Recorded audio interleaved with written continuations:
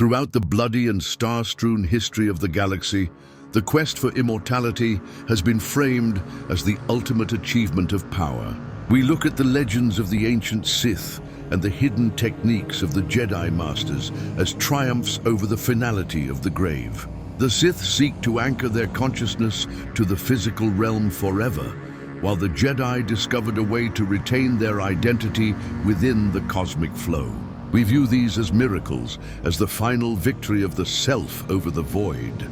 But as we look at the universe as a functioning, self-correcting machine, we must confront a much darker, much colder interpretation. Immortality is not a victory. It is a system error. It is a bug in the cosmic code that threatens the very balance it claims to serve. In a galaxy built on the law of cycles, on the absolute necessity of birth, growth, decay, and extinction, anything that refuses to die is a form of cosmic cancer. It is a process that refuses to terminate, consuming the processing power of the Force until the entire system begins to lag and crash. But what happens when the cancer believes it is the cure? What happens when the glitch believes it is the god? The Force is not an infinite playground. It is an engine that runs on the strict recycling of energy. Life energy is borrowed from the cosmic well, utilized for a brief, flickering moment of existence, and then returned to the source to fuel the next generation. This is the breath of the universe, the fundamental rhythm of inhalation and exhalation that keeps the stars burning. When an individual, whether through horrific Sith alchemy or advanced Jedi technique, finds a way to halt this return, they are effectively stealing from the future. They are creating a stagnant pool in a river that must keep flowing to stay clean. To the system, an immortal being is a data point that refuses to be overwritten, a file that cannot be deleted, and a weight that never leaves the scale.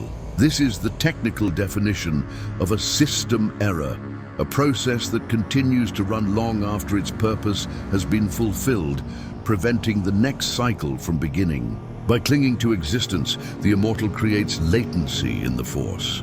They slow down the evolution of the entire galaxy because they are hogging the resources that belong to those yet to be born. Think of the tragedy of the Sith Lords who sought to live forever. They believed they were becoming gods, but they were actually becoming glitches. By tethering their spirits to masks, holocrons, or stolen bodies, they created a permanent distortion in the fabric of reality. Look at Darth Vitiate, a being who devoured entire worlds just to sustain his own ego for a few extra centuries. He was not a leader, he was a memory leak. He was a process that consumed 100% of the planetary CPU to keep one single corrupted file active. Look at Palpatine's return on Exegol. Those clones weren't a sign of strength. They were viral mutations. The Force reacted to his refusal to die by triggering ever more violent corrections. The rise of the rebellion, the birth of the Chosen One, the eventual collapse of his entire infrastructure. The more a dark side entity tries to cling to life, the more the Force triggers catastrophic purges in the environment around them. The immortality of the few is paid for by the accelerated decay of the many. The Sith's refusal to die is the reason why their empires always collapse in fire. The system would rather burn the entire forest to the ground than allow a single parasitic tree to live forever. Even the Force ghost phenomenon, though perceived as a light side miracle, represents a fundamental break from the natural order. While the Jedi do not seek to dominate, their retention of individual identity after death is still a deviation from the absolute oneness that the Force requires. Qui-Gon, Yoda, Obi-Wan, their survival as spirits is a monitored error. It is a temporary suspension of the rules, allowed only because these spirits serve as diagnostic tools for the next system reset. But even they eventually fade. Even they must eventually submit to the Great Deletion, because the Force knows what we, in our vanity, refuse to accept. A galaxy that cannot forget its past is a galaxy that has no room for a future. If every Jedi and every Sith live forever as a ghost, The Force would be nothing but a crowded museum of dead ideas. True balance requires the absolute removal of the old to make way for the new. To remain forever is to become an obstacle to the very evolution you claim to protect.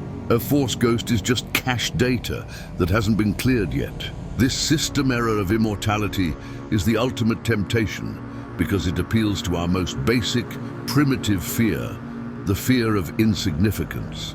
We want to believe that we matter enough to last forever, but the Force is indifferent to our ego. It views identity as a temporary tool, not a permanent prize. When we try to make that tool permanent, we create a memory leak in the cosmic consciousness. This is why the galaxy is trapped in loops. We repeat the same wars, we fight the same enemies, and we succumb to the same traumas, because the ghosts of the past, literal and metaphorical, refuse to leave the stage. The immortality of our grudges, our dogmas, and our legends is what keeps the galaxy suffering. We are a system that is failing because it has forgotten how to die.